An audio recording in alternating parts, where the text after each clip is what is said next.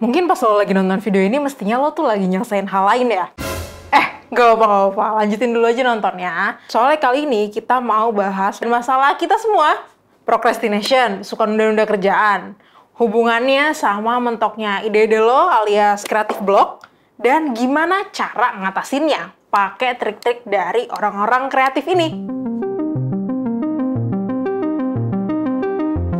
Hal yang paling dasar yang bikin kita makin gak gerak buat nyelesain hal-hal yang perlu diselesain itu denial-nya. Makanya pertama-tama kita mesti accept dulu nih kalau kita tuh emang lagi stuck. Kayak yang dibilang sama Austin Kleon, pengarang buku-buku kreatif ini, akuin aja kalau lo tuh nyangkut, habis itu baru deh bikin keputusan secara sadar buat ngatasin stuck lo itu. Ya, emang sih bikin keputusannya juga susah. Keputusan apaan? Orang lagi stuck. Makanya kayaknya di mana ada creative block, biasanya di situ kita mulai molor-molorin kerjaan kali ya. Atau bisa jadi procrastination itu adalah coping mechanism lo.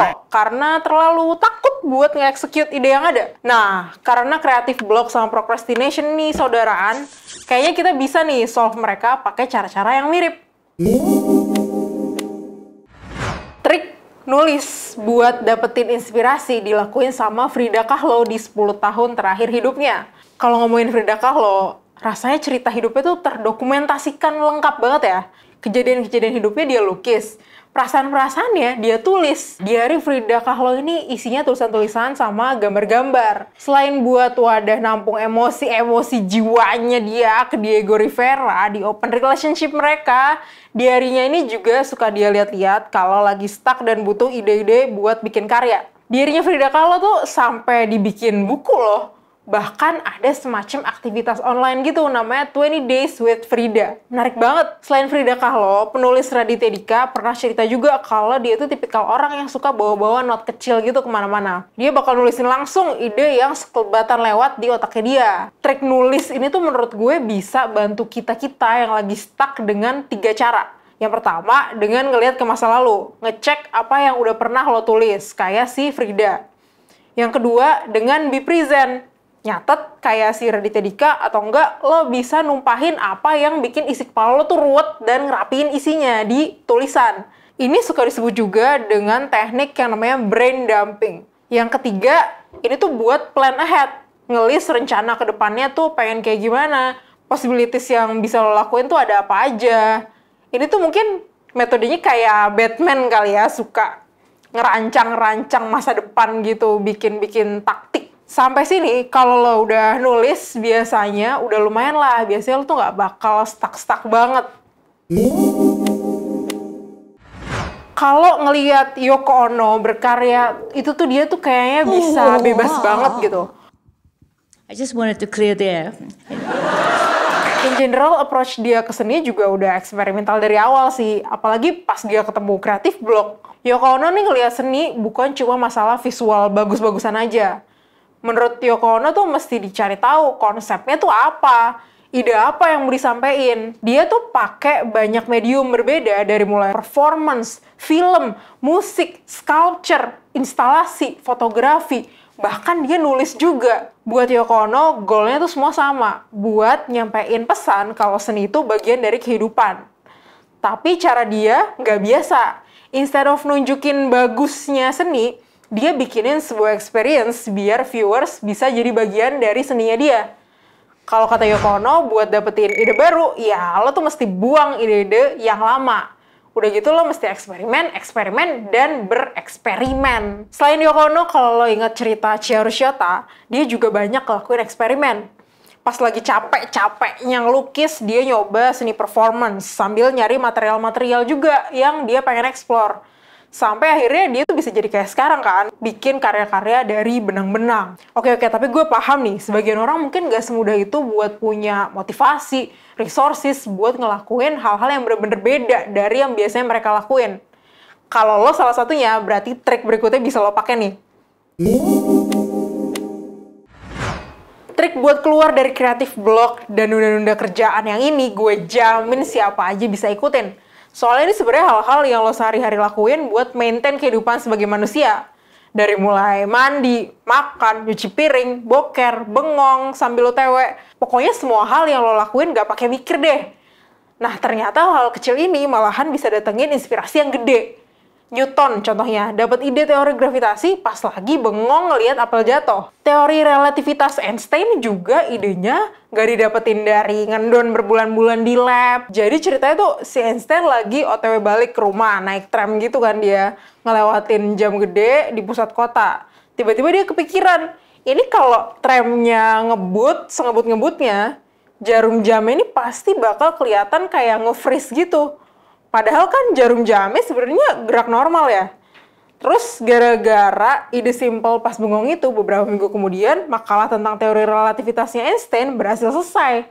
Masih banyak lagi penemu-penemu dan seniman-seniman yang dapat idenya pas lagi bengong-bengong, terutama pas lagi mandi. Kenapa bisa kayak gitu ya? Kata seorang psikolog, pas lagi ngelakuin hal-hal yang nggak pakai mikir, lo kan jadinya nggak merhatiin sekitar lo ya. Nah, itu bikin lo cenderung fokus ke internal thoughts lo. Disebutnya otak kita nih lagi ada di default mode work. Sebenarnya biasanya otak kita itu cenderung ngasosiasiin hal-hal sesuai sama konteks dan mikirnya tuh secara linear. Misalnya nih, kalau ngomongin bintang ya kepikirannya bintang tuh di langit. Kalau ngomongin apel ya kepikirannya buah gitu. Sebelumnya nggak pernah kepikiran apel tuh nama laptop. Tapi kalau pas lagi mandi, boker, bengong gitu-gitu, otak kita tuh lagi bebas banget dan bisa ngubungin hal-hal yang sebenarnya nggak ada kaitannya. Nah, dari situ ide baru jadi bisa muncul.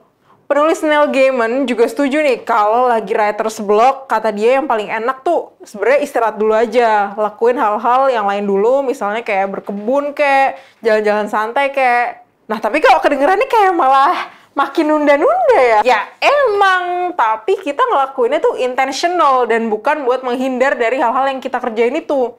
Nunda-nundanya yang kayak gini nih istilahnya productive procrastination. Lumayan kan jadi ngerasa nggak bersalah-bersalah amat. Kalau kata Neil Gaiman, istirahatnya mesti dilakuin pakai mindset yang tepat. Intinya ya lo emang mesti rada maksa gitu ya biar bisa breaking the wall of creative block. Trik berikutnya rada halu nih, gue dapetin dari the one and only Salvador Dali. Kalau udah ngomongin surrealist painter satu ini, mendingan langsung set ekspektasi aja buat denger ide yang bener-bener surreal. Mathematical pattern, exactly the same. Am I alone in finding you somewhat difficult to follow in terms of what your theories are? Do people often misunderstand you or find you hard to... But this is absolutely it's normal. Interesting, but because it's... myself work in my surrealism for 14 years, and today no understand nothing of my work. No one understands your work today? No, a lot. Nih, Dali kan percaya banget ya, kalau mimpi itu sebuah sumber inspirasi yang bener-bener kaya. Menurut Dali, mimpi itu bagian dari realita juga, dan justru kita bisa nemuin hidden truth dari mimpi-mimpi kita. Makanya pendekatannya dia ini dalam nyari inspirasi nggak jauh dari nganalisis mimpi dia. Dali berusaha masuk ke state antara dia tuh sadar dan gak sadar, alias pas rada-rada halu gitu. Tapi dia ngelakuin ini tuh nggak pakai ngobat ya. Ya mungkin tips sedikit ada kali ya, cuman basically dia seringkali nyoba explore state itu pas dia tuh lagi tidur siang. Your paintings have a very dreamlike quality, and I do find them fascinating. I'd like to look at... There's no dream, because it's never dream. It's hypnagogical image. Hypnagogical image. Exactly. Before What is dream. that? 10 minutes before sleep. 10 minutes or 15 minutes before you fall sleeping, appear in some genius, Dali, some kind of very vivid, irrational, and Lilliputian images. And myself catch this image, and then with the more careful photographic style, and no message and no explanation. Sometimes after 20 years, some scientific people tell this perhaps means this or this, but every of these Dalian images remain in one complete mystery. Buji-buji. Jadinya dia bahkan bisa ngedevelop satu metode buat bikin karya-karyanya dia yang dia namain paranoia critical method. Waduh, apaan tuh? Nah, pas ditanya itu tuh apa, jawaban dia malah kayak gini. Spontaneous method of knowledge based in the instantaneous association of delirious material. Intinya yang dia coba lakuin adalah merasionalkan hal-hal yang irasional gitu. Misal nih, lo lagi gambar apel, terus lo kepikiran, kok apelnya mirip sama balon ya? Ya udah, gambar aja tuh apel yang mirip sama balon. Terus mungkin lo kepikiran lagi, oh ada uletnya kali ya, gambar aja uletnya. Terus lo mungkin kepikiran lagi kayak, oh dipegang kali ya sama orang, sama siapa? Nabi Adam gitu megang apel. Ya udah digambar aja. Jadi intinya Dali tuh nyuruh kita buat nge-allow aja apapun yang kepikiran sama otak kita buat bisa nyambung sama ide awal dan nggak nolak pemikiran itu. Bisa panjang sih kalau ngejelasin paranoia critical methodnya Dali ini. Nanti mungkin kita bahas aja kali ya di satu video sendiri. Satu hal yang bakal bisa ngebantu kita buat keluar dari lingkaran setan procrastination dan creative block ini, kalau menurut Mas Botak The Future, adalah dengan punya goal yang jelas. In certain things like science, it might be A to B, B to C, C to D. You guys know that. It's kind of mathematical. A lot of you guys work like this, and let's say you want to get to Z, it'd be like, and then eventually you get to Z. But when you're in this muck here, you have no idea if you made any progress because you cannot tell. Is this good? I don't know what I'm doing. You guys can feel that way? Yeah? The first thing you need to know is, what's the goal? Where are we going? That's your compass, right?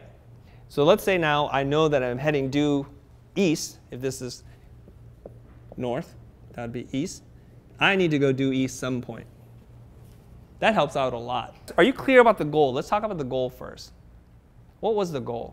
Big goal-nya apa nih? Habis itu baru lanjut bikin step-stepnya buat nyampe ke big goal-nya itu. Kalau emang di salah satu stepnya lo stuck, ya udah coba cari tahu dulu nih kenapa lo bisa stuck gitu. Dengan mungkin ngelakuin cara-cara yang barusan udah kita bahas. Kasih tahu ke gue triknya siapa yang paling lo pengen coba. Atau lo punya tips dan trik lainnya buat bisa nyembuhin kebiasaan-kebiasaan udah nunda dan keluar dari kebuntuan ide? Coba kasih tahu di kolom komentar. Sampai jumpa di episode berikutnya. Bye!